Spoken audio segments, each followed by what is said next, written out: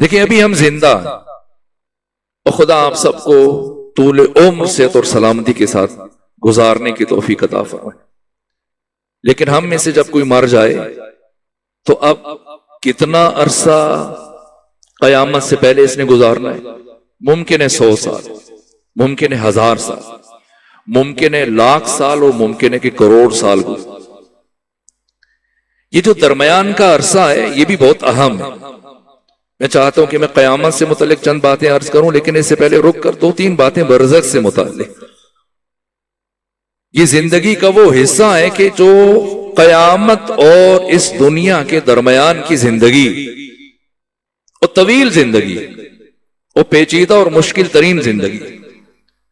برزخ میں جہاں پر بہت سارے اعمال ہیں کہ جو انسان کے لیے آسانی کا سبب بنتے ہیں، وہاں جن اعمال کی وجہ سے برزخ میں انسان مشکل میں گرفتار ہوگا، پریشان ہوگا، ان میں سے ایک اپنے خاندان کے ساتھ، اپنے عیال کے ساتھ، اپنے والدین اور بچوں کے ساتھ، اور اپنی زوجہ کے ساتھ اس کا تعلق کیا؟ چاہے صحابی ہو، معاذ بن جبل، سعد بن معاذ انصاری۔ جب سعد بن معاذ کی موت ہوئی تو بہت بڑی شخصیت کے مالک تھے، اور 70,000 ملائکہ نے ان کی نماز جنازہ میں شرکت کی۔ صحابی رسول ہے، اور پیغمبر کبھی ایک پایا اور جوتے نہیں پہنے پیغمبر، کبھی ایک پایا پکڑتے ہیں اور پھر دوسرا پایا پکڑتے ہیں، پھر تیسرا اور کبھی چوتھا پایا۔ اور خود فرماتے ہیں جب کسی نے پوچھا یہ بار بار آپ ہاتھ کیوں تبدیل کر رہے ہیں، تو پیغمبر نے فرمایا کہ جبرائیل آ کر میرا ہاتھ پکڑ کے پھر دوسری جگہ لے کے جاتے ہیں۔ اس انداز سے یہ جنازہ، اور پھر پیغمبر گرامی اسلام نے جس طرح سے آپ کی نماز جنازہ پڑھائی، کم صحابہ کی نماز جنازہ ایسے پڑھائی۔ پھر جب قبر میں اتارا تو پیغمبر نے اپنے ہاتھ سے اتارا، اور پیغمبر نے اپنی قمیض ان کو کفن کے طور پر دی۔ تو جب ان کو دفن کیا گیا، پیغمبر کافی دیر ان کی قبر پر رکے، اور جب پلٹ کے آئے تو سعد بن معاذ کی والدہ نے کہا کہ یقیناً میرا بیٹا جنتی۔ یہ بات پیغمبر تک پہنچی تو بلایا ان کی ماں کو، کہاں سے آپ سمجھتے ہیں کہ آپ کا بیٹا جنتی؟ کہا جب آپ نے نماز جنازہ پڑھی اور اس شان کے ساتھ جنازہ پڑھائی، اور ننگے پاؤں اس کے جنازے میں شرکت کی، اور دفنانے کے بعد بھی اس کی قبر پہ بیٹھے اور دیر تک دعائیں پڑھتے رہے، کہا وہ سب درست ہے، لیکن آپ کا بیٹا فشار قبر میں مبتلا۔ عرض کہ یا رسول اللہ یہ سب جو آپ نے کیا اس کے باوجود کہاں؟ اس لیے کہ وہ اپنے عیال کے ساتھ، گھر والوں کے ساتھ بدخلقی کا مظاہرہ کرتا ہے۔ برزخ بہت اہم ہے، قیامت بعد کا مرحلہ ہے۔ اس سے پہلے برزخ، برزخ سے پہلے موت۔ موت کے وقت ہر انسان 5 زوات کو ضرور دیکھے گا، جو اس ضمن میں بہار کی 3ری جلد کو دیکھتے ہو میں نے روایات کو دیکھا۔ ایک خود جو مولے متقیان کی معروف حدیث ہے، اور ہر امام نے، اکثر ائمہ نے اس سے متعلق، امام رضا نے بیان فرمایا، امام ششو نے بیان فرمایا، امام ہفتم نے بھی، اور خود مولے متقیان نے اپنے صحابی حارث حمدان سے فرمایا کہ یا حارث حمدان من یمت جرانی، اے حارث حمدان جو بھی مرے گا، جب بھی مرے گا، جہاں بھی مرے گا، مجھے دیکھے گا۔ وقت موت ہر انسان علی کو دیکھے گا۔ اور جس طرح سے شہید مرتضی مطہری نے مستقل کتاب لکھی جاذبہ و دافع امام علی، اور اس میں لکھا کہ تاریخ انسانی میں جو امیر المومنین کی امتیازات ہیں اور خصوصیات ہیں، ان میں سے ایک برجستہ خصوصیت یہ کہ تاریخ بشر میں جتنے دوست اور محب علی کے ہیں کسی کے نہیں، اور جتنے دشمن علی کے ہیں کسی اور کے نہیں۔ دوست دوستی میں شدید ہیں اور دشمن دشمنی میں شدید ہیں، اور کہا یہ علی کی شخصیت کا کمال ہے، جس کے سب دوست ہوں وہ صرف منافق ہو سکتا ہے۔ دوست دوستی میں شدید ہیں، دشمن دشمنی میں، اور ہر انسان دیکھے گا، اور جب محب دیکھے گا اس کی کیفیت کیا ہوگی، اور جب دشمن دیکھے گا اس کی کیفیت کیا ہوگی۔ ایک علی کو دیکھیں، بہار میں کچھ اور روایات ہیں جن میں پیغمبر فرماتے کہ ہر مومن مجھے اور علی کو دیکھے گا، اور کچھ روایات ہیں جس کے مطابق 14 کو دیکھا جائے گا۔ اللہم صلی علی محمد وعلی۔ دوسرے مرحلے میں ابلیس کو دیکھا جائے گا، اور وقت موت بہرحال ابلیس مجسم ہو کر انسان کے سامنے آئے گا، اور ابلیس کی یہ پوری کوشش ہوگی کسی طرح سے حالت ایمان میں اس کی موت نہ ہو۔ اب واقعات کا ایک سلسلہ ہے، اگر میں وہ جزیات کو بیان کرنا شروع کر دوں تو شاید بہت وقت گزر جائے۔ ایک علی، اور دوسری روایت کے مطابق محمد علیہ السلام اور علی علیہ السلام، اور تیسری روایت کے مطابق چہاردہ معصومین۔ بہرحال حقیقت محمدی وہ حقیقت مجردہ ہے، ایک ہو، دو ہو یا 14 ہو، ایک ہی بات۔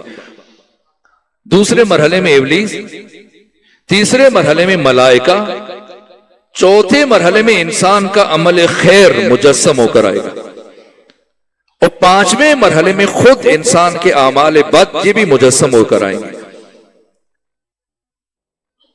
وقت موت، اس سے متعلق قرآن مجید نے جو گفتگو کی ہے انسان کی وفات سے متعلق، سورہ مبارکہ زمر کی آیت نمبر 42 میں پروردگار نے فرمایا کہ اللہ یتوفی الانفس حین موتہا، کہ اللہ انسان کی روح کو قبض کرے گا۔ اور سورہ مبارکہ سجدہ کی 11 نمبر آیت میں کہا کہ ملک الموت یعنی اسرائیل تمہاری روح کو قبض کرے گا۔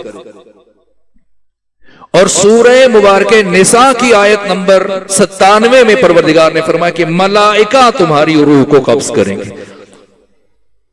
تو کیا یہ اختلاف ہے کہ سورہ زمر میں فرمایا خدا تمہاری روح کو قبض کرے گا، سورہ سجدہ میں فرمایا کہ اسرائیل ملک الموت تمہاری روح کو قبض کرے گا، اور سورہ نساء میں فرمایا کہ ملائکہ تمہاری روح کو قبض کریں گے؟ نہ، اس لیے کہ اللہ نے اسرائیل کو مامور کیا، جس طرح سے بادشاہ ایک سالار کو معین کرتا ہے اور پھر اس سالار کی فوج ہے، ظاہر ہے کہ ایک وقت میں ممکن ہے کہ ہزاروں افراد کی روح کو قبض کرنا پڑے، اور یہ قطعی طور پہ کوئی مشکل نہیں کہ جیسے آنے واحد میں آپ بہت سارے چراغ ایک ہی مرتبہ میں ان کو بجھا دیتے، اسی طرح سے آنے واحد میں ہزاروں لاکھوں لوگوں کی روح کو قبض کیا جا سکتا ہے، اور اس پر ملائکہ مامور ہے، اور قبض روح کے لیے اللہ نے اسرائیل کو رئیس قرار دیا۔ لیکن اللہ انسان کی روح کو قبض کرے، جیسا کہ ہماری روایات میں کہ خود پیغمبر گرامی اسلام کی قبض روح میں اسرائیل کی شمولیت نہیں ہے ہرگز، خدا براہ راست آقا ختمی مرتبت کی روح کو قبض کرے۔ اسی طرح سے مولا متقیان علی ابن ابی طالب علیہ السلام سے متعلق بھی ہے کہ خود خدا حضرت کی روح کو توفا کرے، اس میں اسرائیل شامل، بلکہ جو میں نے پڑھا رسالہ معراجیہ میں پیغمبر کی احادیث کہ شب معراج جب فرشتوں کی صفوں کے درمیان سے گزر رہے تھے تو اسرائیل نے پیغمبر کو دیکھا تو بہت مضطرب تھے، پریشان تھے، جسے دیکھ کر دوسرے پریشان ہوں وہ پیغمبر کو دیکھ کے پریشان ہیں۔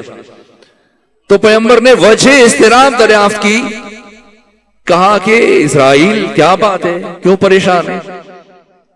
کہا کہ اللہ نے تمام انسانوں کی قبض روح کو میرے سپرد کیا سوائے آپ اور آپ کے بھائی علی ابن ابی طالب کے،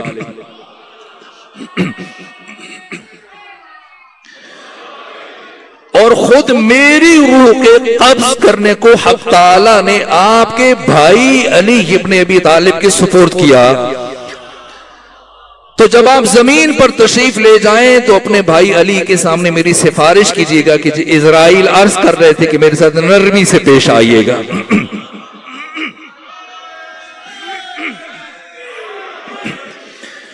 یہ امیر المومنین،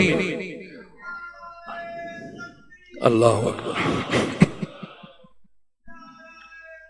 یا رسول اللہ، یا اللہ صلی اللہ محمد. میں روایت نہیں پڑھنا چاہ رہا تھا، آپ نے پھر نعرہ لگایا اور میرا جی چاہا کہ میں پھر ہدیتاً یہ روایت پڑھوں. پیغمبر جب فرشتوں کی صفوں کے درمیان سے گزر رہے تھے شب معراج، بیت المعمور، آسمان چہارم، اور فرشتوں کی خواہش تھی کہ ہم آقا کا قریب سے زیارت کا شرف حاصل کرنا چاہتے ہیں، تو صفیں بنائیں، چوک در چوک ایسے کھڑے ہیں، فرط اور اشتیاق کی کیفیت. اور جہاں سے پیغمبر گزر رہے ہیں سر جھکائے سلام سلام سلام کی آوازیں بلند ہو رہی. اور یہ مولا متقیان کی حدیث ہے، آقا فرماتے ہیں، علی فرماتے ہیں کہ اگر تم نے یہ دیکھنا ہو کہ کوئی شخص، کوئی فرد شریف ہے یا کمینہ ہے، تو اس کے سامنے اسم مصطفیٰ کو پکارو. اگر اس کا سر جھک جائے تو شریف ہے، سر نہ جھکے تو کمینہ ہے. یہ جو آپ کے خطبہ، علماء اور ذاکرین اپنے خطاب سے پہلے جب خطبہ پڑھتے ہیں وہ کہتے ہیں ابی القاسم محمد اور سر جھکا دیتے ہیں، یہ اسی حدیث پر عمل کر رہے ہوتے ہیں. تو اسرائیل سے اور بھی گفتگو ہوئی.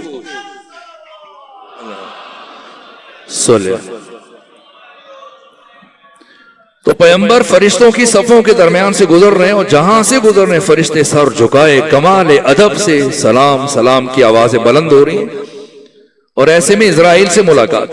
میں ایک جملہ کہہ کے گزر رہا تھا، آپ نے نعرہ لگایا تو میرا جی چاہتا ہے دوسرا جملہ کیا عرض کیا ہے. اسرائیل نے کہا یا رسول اللہ جب زمین پر تشریف لے کر جائیں تو اپنے بھائی علی امیر المومنین کی خدمت میں میرا سلام عرض کیجیے. تو پیغمبر نے ہم تک یہ بات پہنچانے کے لیے تاکہ سند بن جائے پوچھا اتعرف علی ابن ابی طالب، جانتے ہو علی کو؟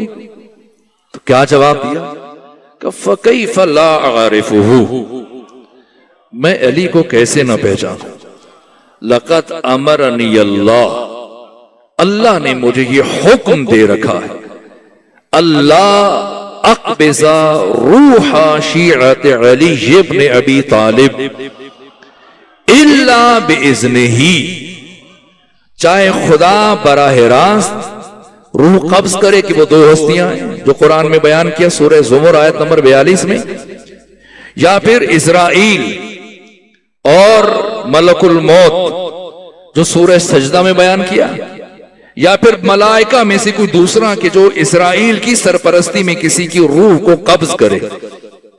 لیکن یہ اسرائیل بیان کر رہے کہ میں یا میرے تحت کام کرنے والے فرشتے، ہمیں خدا نے یہ حکم دے رکھا ہے کیا کہ ہم اس وقت تک کسی مومن کی روح کو قبض نہ کریں جب تک کہ علی ابن ابی طالب کی طرف سے اجازت نہ آ جائے.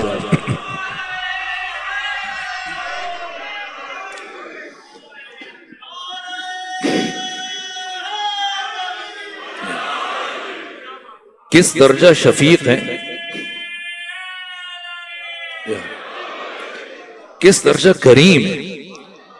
کیوں اللہ نے مومن کی موت کو اور مومن کی قبض روح کو علی ابن ابی طالب علیہ السلام کی اجازت کے ساتھ مشروط قرار دیا. یہ ایک طرف اللہ کی رحمت کی تجلی کا ظہور ہے اور دوسری طرف امیر المومنین کی اپنے مومنوں کے ساتھ محبت کا عالم. مبادا میرا کوئی مومن حالت گناہ میں اس کی موت نہ ہو جائے، گناہ میں مصروف ہو اور اس دوران میں اسرائیل آ جائے یا کوئی ملک اس کی روح کو قبض کر لے، یا پھر گناہ کر چکا ہو ابھی تک توبہ نہیں کی تو اس حالت میں اس کی موت نہ آنے پائے. کس درجہ رؤوف ہے علی اپنے چاہنے والوں پر، اپنے محبوں پر. دنیا سے متعلق اس حدیث کو امام حاکم نشاپوری نے بیان کیا.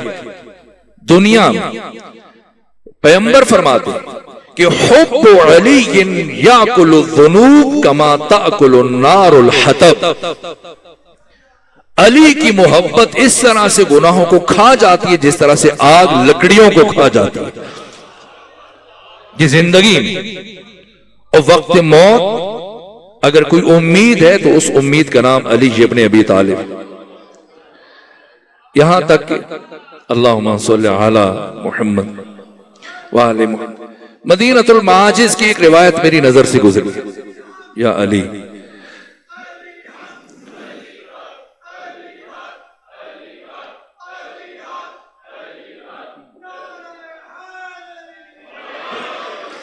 مدینۃ المعاجز ایک روایت طویل ہے، میں مختصر کر کے عرض کروں، چند باتیں اور بھی عرض کرنا چاہتا ہوں. تو مولا متقیان کچھ افراد کے ہمراہ شہر کوفہ کی دیوار کے پاس بیٹھے. تو ایسے میں جو قریب بیٹھے تو ان سے باتیں ہو رہی، تو ان سے اچانک سے حضرت نے پوچھا کہ کیا تمہیں ایک سوار نظر آ رہا ہے؟ کہا نہیں، ہمیں تو کوئی سوار نظر نہیں آ رہا. فرمایا مجھے نظر آ رہا ہے، مجھے نظر آ رہا ہے. ایک فرد ہے جو اونٹ کو آگے چل رہا ہے اور ناقہ کا مہار اس کے ہاتھ میں، اور ایک اس اونٹ کو پیچھے سے ہانک رہا ہے. اور ایک میت ہے کہ جسے اس اونٹ کے اوپر لاد کے لایا جا رہا ہے کوفہ کی جانب، نجف کی جانب. کہا ہمیں نظر نہیں آ رہا. حضرت نے فرمایا دور ہے، ابھی یمن سے چلا ہے اور 3 دن بعد کوفہ میں پہنچے گا. اور وہ افراد متجسس تھے کہ حضرت نے فرمایا پتہ نہیں کوئی 3 دن بعد آئے گا یا نہیں ہے. اور ایسے ہوا، 3 دن مکمل ہونے کے بعد دیکھا اسی طرح سے ایک ناقہ کو ہانک رہا ہے، ایک کے ہاتھ میں مہار ہے اور ایک میت اس کے اوپر رکھے ہوئے، اور حضرت بھی تشریف فرما ہوئے. اور ان 2 افراد سے پوچھا کہ یہ کون ہے، وہ کہاں سے آئے؟ کہ ہم یمن سے آئے اور یہ ہمارا باپ ہے. تو کہا کہ یمن میں کیوں نہیں دفنایا؟ پوچھا کہاں موت ہوئی؟ کہا یمن میں. کہا وہاں کیوں نہیں دفنایا، یہاں کیوں لے کے آئے نجف کوفہ میں؟ کہا اس لیے کہ ہمارے باپ کی یہ وصیت تھی کہ مجھے نجف کوفہ میں وادی السلام میں دفن کیا جائے. کہا تمہارے باپ نے یہ وصیت کیوں کی تھی؟ تو کہا ہمارے باپ نے، کیا تم نے پوچھا اپنے باپ سے کہ اس نے وصیت کیوں کی؟ کہاں، اس نے ہمیں بتایا. کہا کہ اس قبرستان میں کچھ عرصے بعد ایک ایسا انسان دفن ہوگا کہ اگر وہ چاہے تو قیامت کے دن تمام اہل معاشر کی شفاعت کر دے، وہ سب کو جنت میں لے جائے.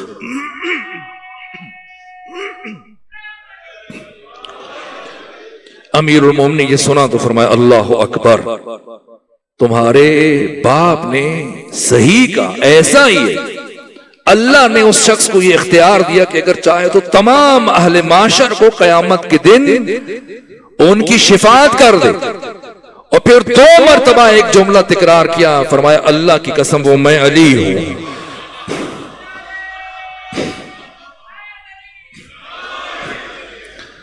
قبر میں علی، قبر میں علی، موت کے وقت علی، زندگی میں علی، برزخ میں علی، جب اٹھایا جائے گا تب علی، پل صراط پر کہ جو جہنم کے اوپر سے گزرے گا، ادق من الشعر واحد من السیف. یہاں کون کھڑا ہے؟ ہیں فرشتے. اور قرآن مجید کی آیت ہے وَقِفُوهُمْ إِنَّهُمْ مسئولون، انہیں روکو اور ان سب سے سوال کرو، سوال کرو جو پل صراط سے گزرنے جا رہے ہیں اور جو جہنم کے اوپر ہے، انہیں روکو، ان سب سے سوال. تو کس سے متعلق سوال کرو؟ اس حدیث کا راوی کون ہے؟ عبداللہ بن عثمان بن عامر، جس کا نام عتیق تھا. عتیق. اور پیغمبر نے بدل کے فرمایا کہ نہیں، یہ نام درست نہیں، اپنا نام عبداللہ رکھو. عبداللہ بن عثمان بن عامر. اور کنیت زیادہ معروف ہے، کنیت ہے ابو بکر، سابق نام ہے عتیق. اور یہ روایت ہے عبداللہ بن عثمان بن عامر المعروف ابو بکر سے کہ پیغمبر نے فرمایا لا یجوز احد الصراط الا من كتب علی الجواز. کوئی انسان اس وقت تک پل صراط کو عبور نہیں کر سکتا جب تک کہ ایرانی کہتے ہیں گزرنامہ، ہم کہتے ہیں پاسپورٹ، اور میں اگر آسان لفظوں میں کہوں تو جب تک کہ اس کے پاسپورٹ پر علی کی ولایت کا ویزا نہ لگا ہو. کہاں علی